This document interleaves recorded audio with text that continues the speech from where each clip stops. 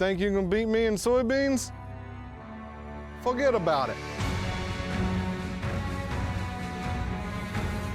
We do have 2 tropical storms or hurricanes coming in the Gulf. May get a lot of wind, a lot of rain, so who knows what's going to happen. You know, I'm a 6th generation farmer. Can I keep expanding? What can I do? What am I not doing right? I'm confirmed 6th generation farmer. It's stretched pretty thin right now. It's just that time of year. It's not gonna be hard to beat Weaver. He's not even in my realm of thoughts. Like, pick out the worst plant. That should be how Weaver's crap looks.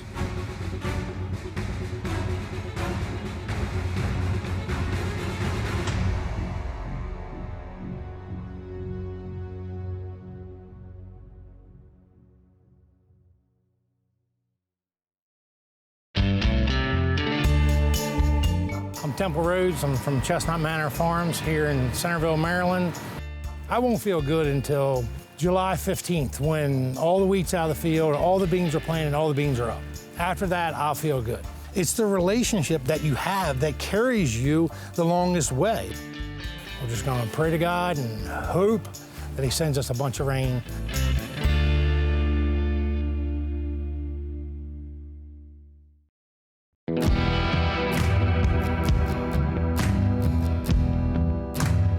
We're gonna leave here.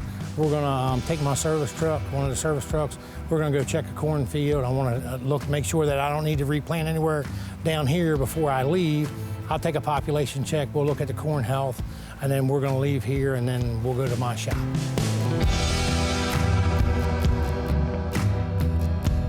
This is all dry land production. As you can see, we need a rain here. It's pretty dry down here.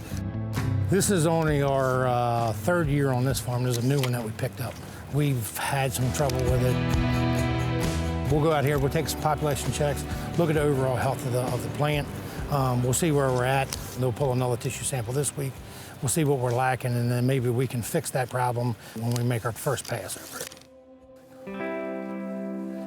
Got 32, so I'm really missing only 1 spot here, and I don't know what happened to it. We'll see if it's even in here. It's not even in here. So it's a true skip. All in all, it's a good stand. My singulation could have been a little bit better. It looks like I got a skip there, but it seems like these two are just a little bit too close together. So I don't know how deep these roots are yet. I haven't really dug them up. Don't have a shovel. This is all I got today. My dad stole the shovel out of the back of my truck because he was digging up some of his corn. Everything he found, the roots are, 5 inches deep or so. I don't know how deep these are, but we'll see about how deep they are, see if I can get them up. Yeah, I'm not into Corn Warriors. I'm looking at corn plants. I'm a bean guy right now. Our yield goal on this ground is like 200 bushel. So I got 32,000 plants per acre. I want it to be 32.5 to 33. Could it be a little bit better? Yeah. All in all, most of ours is pretty good. I don't try to push dry land like others do. We have a lot of irrigated acres, so we spend a lot of our concentration on, precisely managing our irrigated acres, not maybe as much this. And we can go look at them, and we'll have plenty of time throughout the summer. We'll go look at all of our cornfields as well.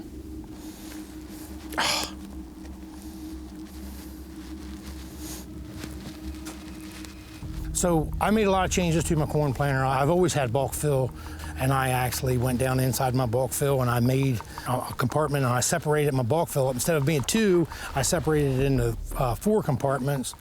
And that way I can plant 4 different varieties, and we changed our direction from east to west one year. I had this idea that, sunlight exposure was holding us back. I was driving to east and thinking about this, and there was a solar panel project going up. So I stopped in there, and I talked to the guy. So I got one question for you. I need to know what it is. How do you get the most efficiency on your solar panel? So he told me. So my idea is to split my planter up, plant 4 different varieties, and plant a real short, and then a medium short, and then a medium tall, then a tall, and then actually make like a solar panel, point it due south. Would give you the right angle, right? So I tried it, because it was killing me. I had to try it. So I made this thing, put it in my planter, tried it.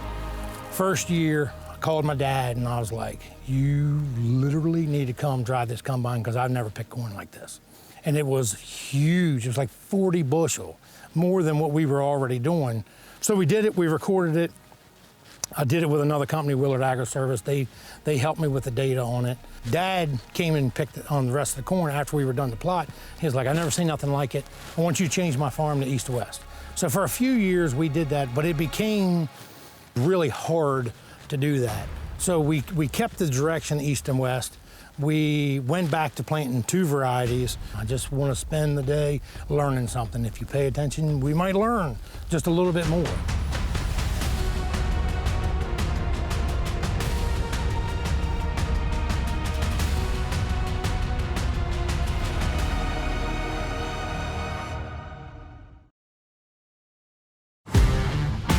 Revitec is a brand new product from BASF. We're really excited for that. Revitec is going to be able to help growers stretch yields more than they have in the past. The number one name of the game should be reducing stress. You reduce stress, you increase yield. I'm excited about Revitec. We use it on every acre. We're looking at upwards of 60 days control. It's going to take great farmers and just propel them so much further than we've ever been before.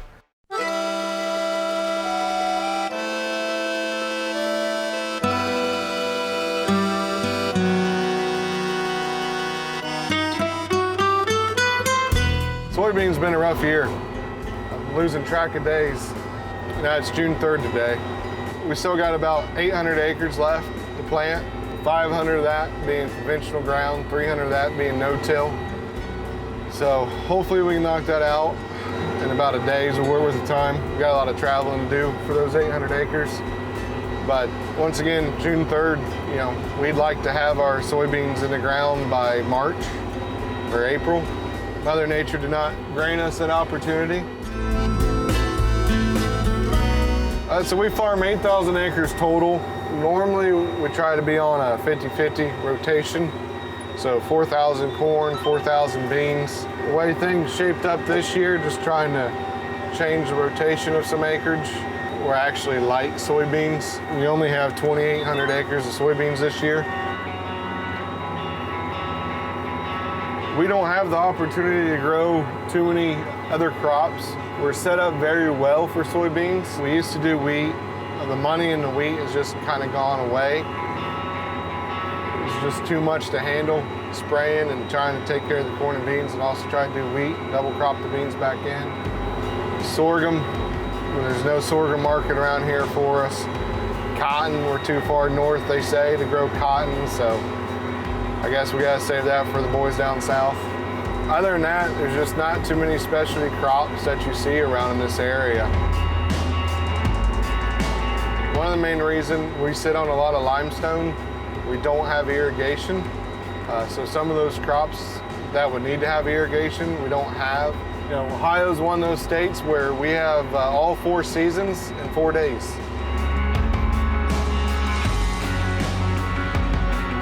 We did have some maple beans in the ground, but not as much as I like to have. We only had about 350 acres of beans in the ground by the end of April.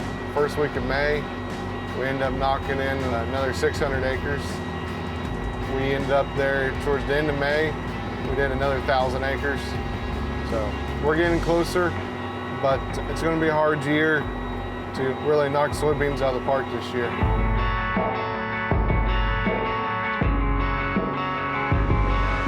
Mother Nature has really hurt us. Soybeans are just a ride by sunlight. Summer solstice is getting ready to happen on June 21st. I really like seeing beans to already be flowering by first week of June, and that's already here. So we're already behind the 8 ball. I feel like we're already pulling yield off the top end here. We've got a long way to go on the soybean side of things though for this year.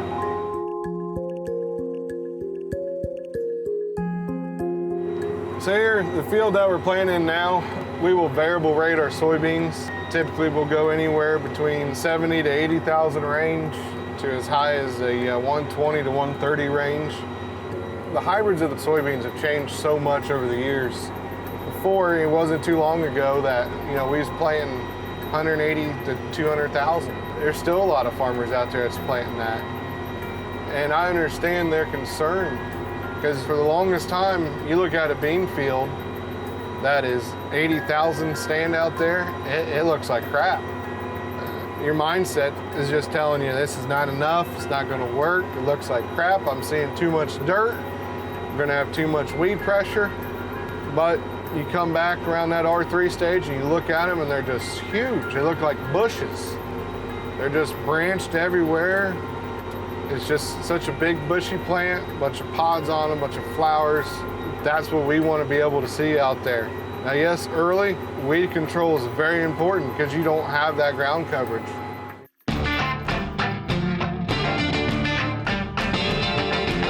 So we try to play with that, and that's why we go up on higher population. So if you overcrowd a bean, it will not bush out anymore. It'll be what I call a straight line bean, just a single line. There's still so much to learn on beans. Beans is your red-headed stepchild is what we call it. Corn's very flashy and glamorous. Everybody wants to talk about corn, great ideas for corn.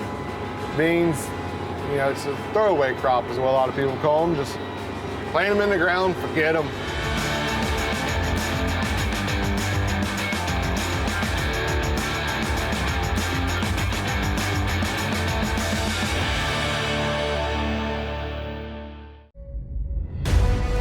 Cory owns a crop consulting company called Advanced Yield, and we've been working with Cory for 2 years now.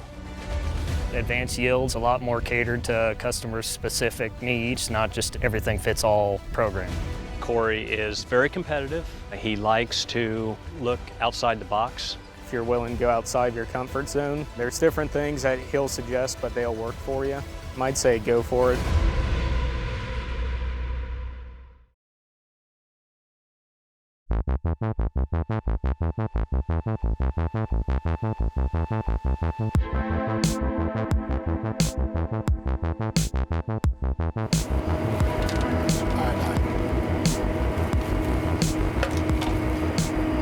That was my youngest daughter.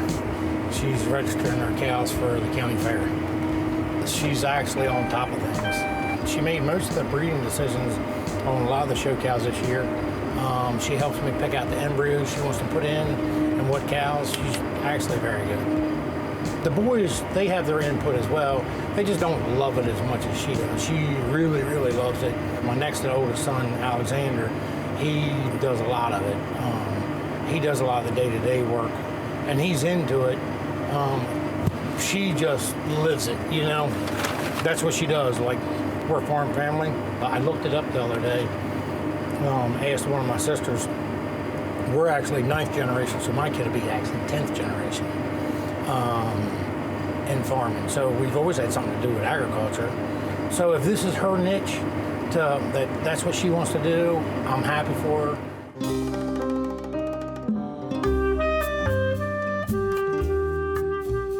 My mother, she'll cook lunches for us, and then every evening, without missing any, my wife, even though she's full-time pharmaceuticals, she will have dinner. She'll bring dinner to the field to all those guys every day. Every day. You can't expect somebody to work 10, 11 o'clock when they're hungry at 5, you know what I mean? Like, well, you don't have to worry about that. We didn't get our size by not eating, I can tell you. You get something to eat at 6 o'clock at night, a hot meal, you can keep going for hours.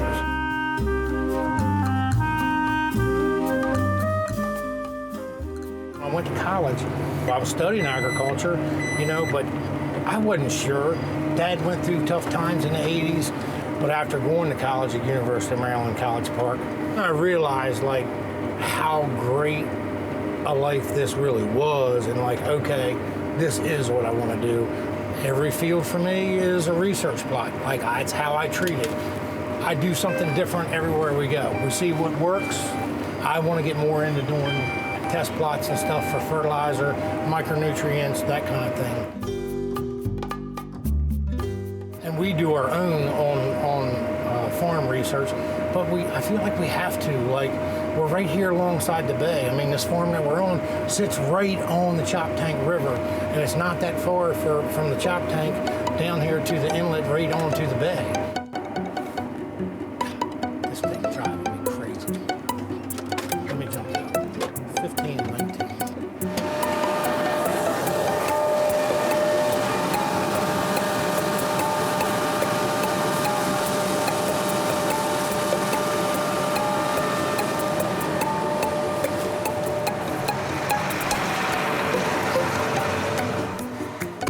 Barely shake those little tubes, and you can feel the seed flow right through them. They get stopped up all the time. It doesn't, with naked seed, it's not bad. With corn, it's fine. With treated beans, it gives me trouble all the time. Doesn't matter how much little talc or how much, if you put too much talc. I think it's more of a humidity problem that we have out here. There was pretty much three barns here. He had fairing crates, that was the nursery. So, and this is when I first met Temple. So he had like hundreds of pigs here, the whole operation, lots of different barns. And then he got rid of the pigs and then converted it. For 25 years, we raised labs, champion labs. And then now it's a show barn. So the kids are into the show cattle and sheep. And they've converted the inside to, they've got their wash rack in there. They've got basically the nursery, so when the babies come, they'll have the moms and the babies in there for the first week just to make sure they're adjusted, and then they'll let them out into the pasture. This was a tobacco plantation back in the, I guess, late 1800s, early 1900s, so. A lot of history in this area. It's neat. It's been an evolution. It's been a long time putting all this together, for sure. It's a fun place to have kids. Raise your kids, for sure.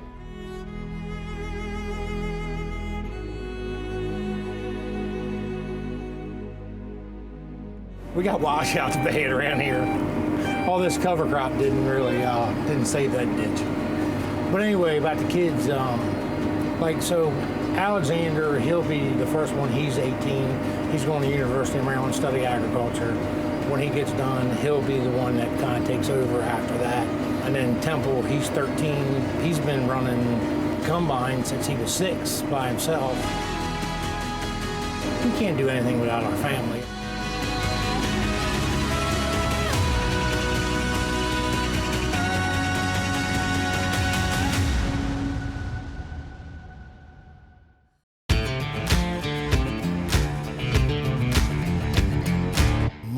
I got together with them. We've got a pop-up blend, and there's some special stuff in it, and I made it specifically for this. With Monty's, we have trusted advisors, and we get that relationship. Working with Temple on this field of beans, we've got a very good root development. I mean, that's awesome looking. Monty's carbon, I wouldn't farm if I couldn't use that.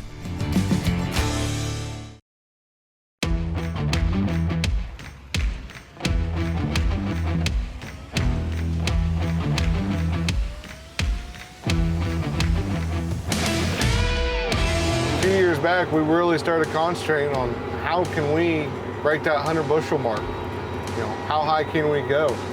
I truly think it's just a matter of time. Could be this year. Somebody's going to break the 200 bushel soybean mark. And it's going to happen. It's going to happen with populations that I think people's jaws are going to drop at. Credit to the technology that we have. These bean plants, I keep saying, they're like bushes. When they're stalling out our cutter bars, you know, and the stem's bigger than my thumb. I love it. Really became a fan of soybeans. It's a challenge. It's a challenge that I love. Every year I want to keep pushing the bar higher for myself. My goal on soybeans is to break the 150 bushel mark. That's a goal of mine, but I'm still learning. There's not too many people out here that's trying to go after 150 plus bushel soybeans. You can find people to talk about with corn, but you start talking 150 bushel beans, it gets pretty quiet out there.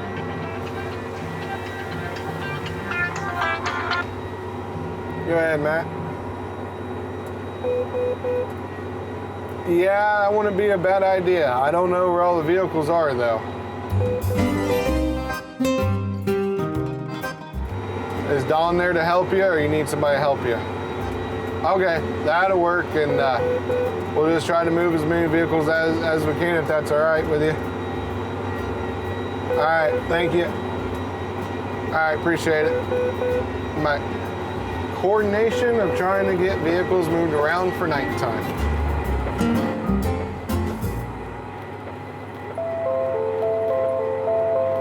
Well, looking back on the day that we had today, we've had a really good day. We've covered a lot of acres. I know there's a lot of farmers that's pushing a lot of hours right now to try to get the crops in, but it's very crucial to make sure that you are taking care of your body and getting some rest. But we've had a lot of silly mistakes that have been happening the last 2 days here on the farm, and that can add up and cost a lot of money. Your brain just quits working after a while when you don't get enough rest.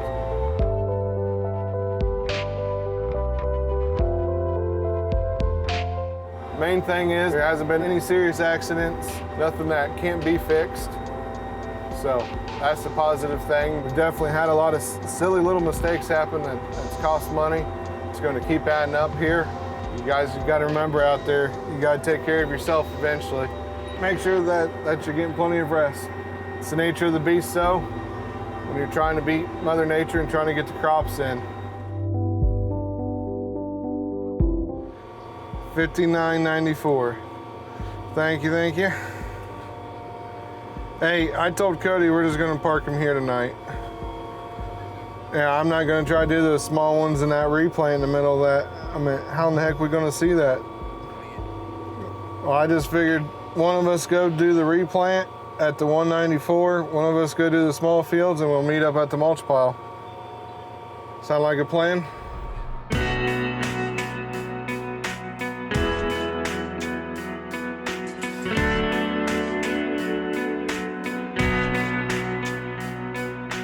Right now, being June 3rd, and still got 800 acres of soybeans to go here. We're really running out of time. This shit already been in the ground. They got calling for rain here next 3 days. It's just gonna kill us if we get knocked out again. We don't get this done. Every day we go without a bean emerged, that's yield loss and that's money loss. It's gonna be really hard to make the books budget out when you're planting soybeans in the middle of June. So hopefully that doesn't happen. Hopefully Mother Nature gives us a break. We're running hard at it again tonight, trying to get things wrapped up.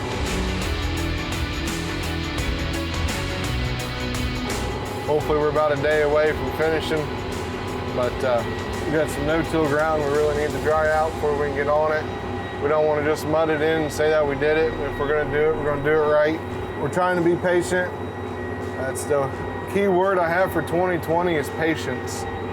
They've been tested. Our patients have been tested like no other year. Kind of shows you what kind of weather we've been dealing with here. We've got a lot on our plate, but I think we can get through it. We're gonna give it our best shot. We don't have a choice. We're farmers, that's what we do.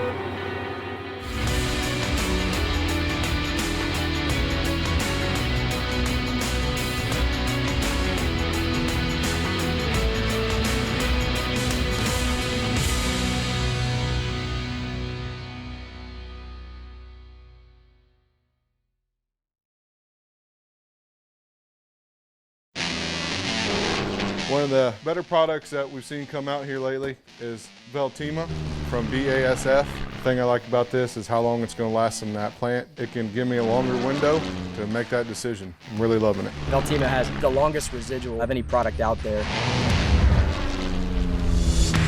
Let's control something that we're able to control this year. Veltima reduces stress in the plant, reduces the temperature. Happy corn makes more grain.